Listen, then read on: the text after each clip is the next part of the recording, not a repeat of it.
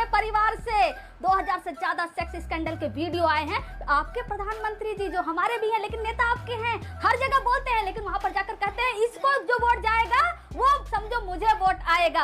ITBHO में एक लड़की के साथ आपके 3 IT सेल के पदाधिकारी गैंग रेप करते हैं लेकिन मोदी जी का एक शब्द नहीं निकलता, इसलिए बोल रहे हैं आप उतने ही OBC संरक्षक हैं जितना आप महिलाओं के संरक्षक हैं। मणिपुर पर एक शब्द नहीं निकलता आपका, जो पहलवान बहने हैं उन पर एक शब्द नहीं निकलता आपका, कर्नाटक पर एक शब्द नहीं निकलता, ITBHO में एक शब्द नहीं निकलता, और आप बनते हो संरक्षक। सर अपने हिस्ट्री को भी याद करो, हमेशा से OBC SC ST। नमस्कार दोस्तों, स्वागत है आप सभी का हमारे फैमिली डिबेट शो में। दोस्तों आज का डिबेट हम नया के साथ साथ कुछ अच्छा सा लाए हैं, क्योंकि दोस्तों आज का डिबेट कंचना यादव RJD के प्रवक्ता और BJP के प्रवक्ता आलोक शर्मा के बीच होता है। दोस्तों हुआ कुछ यूँ, आलोक शर्मा के बयानों से कंचना यादव बहुत ही ज़्यादा भड़क जाती है और कहने लगती हैं वो तो सिर्फ मोदी जी को ही सिधाना पे साधती हैं। ये तो लालू यादव की एक भी करतूत उन्हें कुछ याद ही नहीं रहता और हमेशा मोदी जी को ही ब्लेम लगाती हैं। लेकिन वो तो भूल चुकी हैं कि वो तो डिबेट के साथ साथ प्रवक्ता भी होने का एक लायक ही नहीं।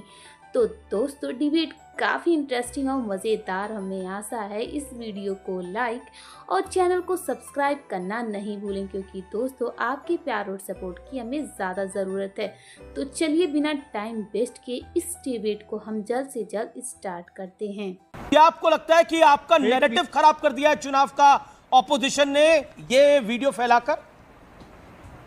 अरे ऑपोजिशन का नैरेटिव बचा कहाँ है? ऑपोजिशन में तो एक के बाद एक बम फूट रहे हैं। आज इंदौर में बम फूटा, लोग नामांकन वापस ले रहे हैं, कहीं प्रदेश अध्यक्ष इस्तीफा दे रहा है, कहीं कंचना जी के पार्टी के विधायक लोग खुलेआम बगावत करके महाराजगंज में चुनाव लड़ रहे हैं। हमसे कहाँ बात कर रही हैं? अपना घर संभल नहीं रहा है, हमको बोल रही हैं। फेक वीडियो पे तो केस अब दर्ज हो गया। दिल्ली पुलिस ने समन भी भेजा है तेलंगाना के मुख्यमंत्री को 1 मई को जवाब देने के लिए। अब ये मामला कानूनी हो गया, ठीक है, कानून में जो भी न्याय सम्मत होगा वो काम होगा। कंचना जी जरा एक बात का जवाब देंगी? कर्पूरी ठाकुर फॉर्मूला आरक्षण जो था वो बिहार में लागू किसने नहीं होने दिया? नीतीश कुमार लालू की जोड़ी टूटी कैसे? समता पार्टी बनी क्यों? क्योंकि एनेक्सर A और B लालू यादव ने लागू नहीं करने दिया था। अति पिछड़ों का आरक्षण लालू नहीं चाहते थे, ये सच्चाई है। और समता पार्टी इसीलिए बनी क्योंकि लालू यादव आरक्षण पे कुंडली मार के बैठ गए थे। और जब नीतीश कुमार सरकार में आए 2005 में तो एनेक्सर A और B लागू भी हुआ और स्थानीय निकायों में आरक्षण मिला भी। ये सच्चाई है जो पूरी बिहार की जनता जानती है। और इसीलिए अति पिछड़ा समाज बिहार का RJD या लालू यादव के नाम से उसी तरह से बिदकता है, आपको देख के, जैसे सांड लाल कपड़े को देख के बिदक जाता है। आपको देखना नहीं चाहते हैं, नंबर 1। नंबर 2, आप तो उसी की गोद में बैठ गए। काका कालेकर कमीशन की रिपोर्ट पे कौन बैठा रहा? जवाहरलाल नेहरू बैठे रहे, फिर इंदिरा गांधी बैठी नहीं। उसके बाद आया मंडल कमीशन। VP मंडल तो 1980 में ही रिपोर्ट जमा करवा दिए थे ज्ञानी जैल सिंह के पास। 1980 से लेकर 90 तक कौन बैठा रहा उस रिपोर्ट पर? मंडल कमीशन को क्यों नहीं लागू होने दिया? कांग्रेस पार्टी, इंदिरा गांधी ने, उसके बाद राजीव गांधी ने। संसद में लोकसभा के पटल पे 45 मिनट का भाषण मंडल कमीशन के विरोध में किसने दिया? राजीव गांधी ने। और आप किसके गोद में बैठे हुए हैं? उसी कांग्रेस पार्टी के। और उस फेक वीडियो का समर्थन भी कर रही हैं। जवाब मतलब क्या चाल है, क्या चेहरा है, क्या चरित्र है, किसी को समझ में नहीं आ रहा है। मीसा भारती नाम कैसे पड़ा कांग्रेस के विरोध में? मीसा भारती लालू जी जेल में थे, मीसा नाम तब पड़ा, तब कांग्रेस की गोद में बैठ के गलबैयां कर रही है। लेकिन मेरा प्रश्न ये है, क्या ये तीसरे चरण का चुनाव जो है ये आरक्षण पे हो रहा है? क्योंकि एक तरफ से राहुल गांधी कह रहे हैं कि BJP आरक्षण समाप्त करेगी, एक तरफ से भारतीय जनता पार्टी कह रही है कि मुसलमान को आरक्षण देने के लिए इंडिया अलायंस अगर सरकार में आएगा तो आरक्षण समाप्त करेगा।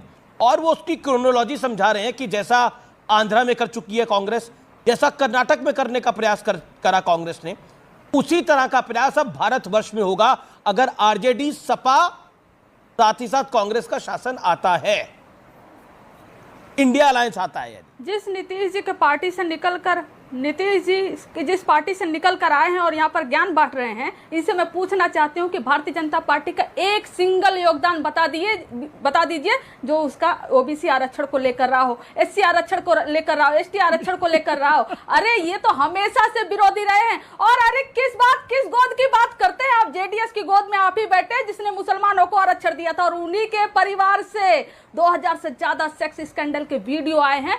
आपके प्रधानमंत्री जी जो हमारे भी हैं लेकिन नेता आपके हैं, हर जगह बोलते हैं, लेकिन वहां पर जाकर कहते हैं इसको जो वोट जाएगा वो समझो मुझे वोट आएगा। आईटीबीएचओ में एक लड़की के साथ आपके 3 आईटी सेल के पदाधिकारी गैंग रेप करते हैं, लेकिन मोदी जी का एक शब्द नहीं निकलता। इसलिए बोल रहे हैं आप उतने ही ओबीसी संरक्षक हैं जितना आप महिलाओं के संरक्षक हैं। मणिपुर पर एक शब्द नहीं निकलता आपका, जो पहलवान बहने हैं उन पर एक शब्द नहीं निकलता आपका, कर्नाटक पर एक शब्द नहीं निकलता, आईटीबीएचओ में एक शब्द नहीं निकलता, और आप बनते हो संरक्षक। सर अपने हिस्ट्री को भी याद करो, हमेशा से ओबीसी एससी एसटी। ओके, जवाब अजय लोग। Okay audios down doctor Ajay लोग 30 सेकंड्स।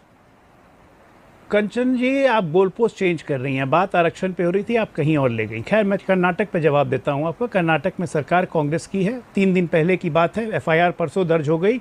वीडियो सर्कुलेट 48 घंटे से हो रहा था। कर्नाटक सरकार ने भागने क्यों दिया? हम तो समर्थन नहीं कर रहे हैं। हम अपने सहयोगी पार्टी से अपील भी करेंगे कि ऐसे व्यक्ति को सार्वजनिक जीवन में रहने का हक नहीं है। कर्नाटक सरकार की मिली भगत से कैसे भाग गया? सिद्धारमैया ने भगाया कि डीके शिव कुमार ने भगाया? क्योंकि सरकार कांग्रेस की है, लॉ एंड ऑर्डर कांग्रेस का है। दूसरी बात, बीजेपी के साथ रहते हुए 2005 में पहली बार एनेक्सर ए एनेक्सर 2 बिहार में लागू हुआ। ये बीजेपी थी जिसने स्थानीय निकायों में 50% आरक्षण तय किया, महिलाओं को भागीदारी दी। सब आपको पता है, लेकिन आप बोलेंगी नहीं। जानती हैं क्यों नहीं बोलेंगी? क्योंकि आप पे आरजेडी का ठप्पा लगा हुआ है। सब बोलेंगे। राहुल गांधी की समझ की जहाँ तक बात है, अमित भाई, ये व्यक्ति प्रधानमंत्री बनना चाहते हैं इस देश के। आप ये बताइए कि प्रधानमंत्री छोड़िए, एक नेता भी भारत से जाता है बाहर में, और बाहर के देश में जब बैठता है तो लोग उम्मीद करते हैं कि इस नेता के पास कुछ होगा कंस्ट्रक्टिव। जरा देखिए क्या मजाक उड़ाते हैं ये लोग, एक एक चीज़ में मजाक उड़ाने लगे हैं। ये सुनिए जरा, मतलब अद्भुत है भाई, अद्भुत है इनका। राहुल गांधी जी का तो अद्भुत है, और ये बनना चाहते हैं प्रधानमंत्री। सुनिए।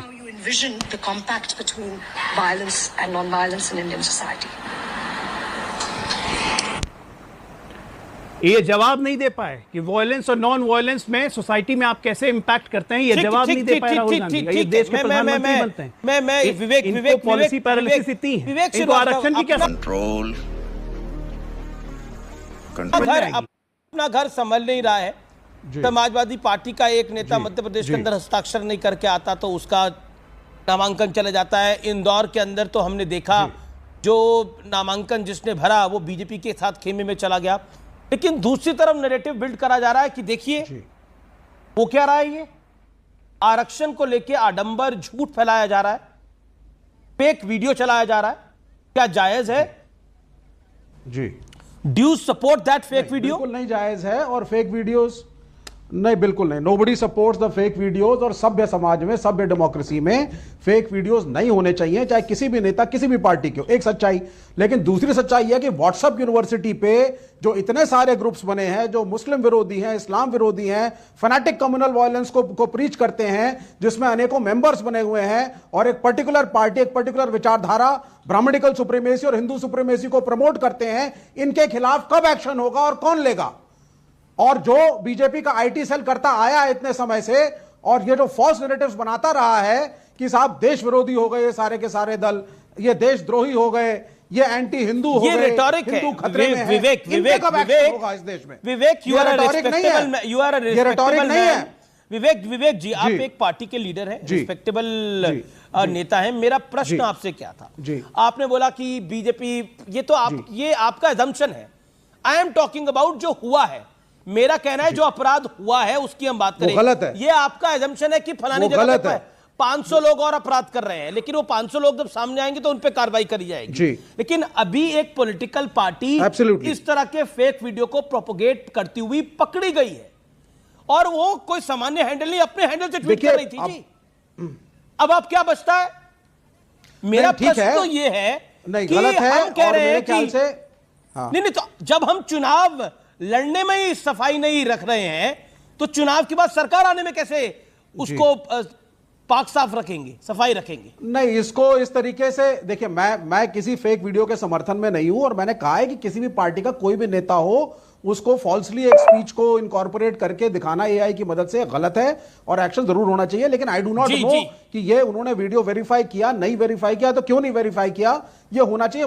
मुझे नहीं लगता कि कोई भी रिस्पॉन्सिबल पार्टी जानबूझ के ये चीज करेगी, वो भी होम मिनिस्टर जैसी हस्ती के साथ। मैं ये भी आपको बता दूं, इस वक्त सत्ता में है और ऑनरेबल होम मिनिस्टर है, मुझे नहीं लगता ये जानबूझ के हुआ होगा। I am sure. और अगर तुम लोग नए हो तो सब्सक्राइब करो, वो जो लाल वाला बटन है उस पर फूट फेंक के मारो या फिर मोमबत्ती, मुझे नहीं पता, बस क्लिक हो जाना। दोस्तों, हमें आशा है आपने डिबेट पूरा देखा होगा और देखा होगा कि कंचना यादव आलोक शर्मा को कितना ज़्यादा ही नीचा दिखाती हैं, लेकिन ये नहीं सोचती कि वो कैसी हैं और दुनिया उन्हें पहले से ही जानता है कि तुम कैसी हो, लेकिन वो तो अपने आगे किसी को तो गुनती नहीं। तो दोस्तों, डिबेट आपको कैसा लगा हमें कमेंट बॉक्स में बता सकते हैं, और दोस्तों अगर मेरे डिबेट में कोई भी गलती हो रहा है उसको हमें कमेंट बॉक्स में बता सकते हैं, जिससे मैं अपनी गलती सुधार सकूं। और दोस्तों, आपने अभी तक बहुत ही प्यार और सपोर्ट हमें दिखाया, इसी तरह मेरे डिबेट पर रोज डेली प्यार और सपोर्ट दिखाते रहे, क्योंकि दोस्तों हम रोज डेली नए नए डिबेट इस चैनल पर लाते रहेंगे। तब तक के लिए वीडियो को लाइक और चैनल को सब्सक्राइब और इसे शेयर करना मत भूलिए, क्योंकि दोस्तों आपके प्यार और सपोर्ट की ज़्यादा ज़रूरत है। तो चलिए हमें इजाज़त दीजिए, तब तक के लिए नए डिबेट में फिर मिलते हैं, तब तक के लिए नमस्कार।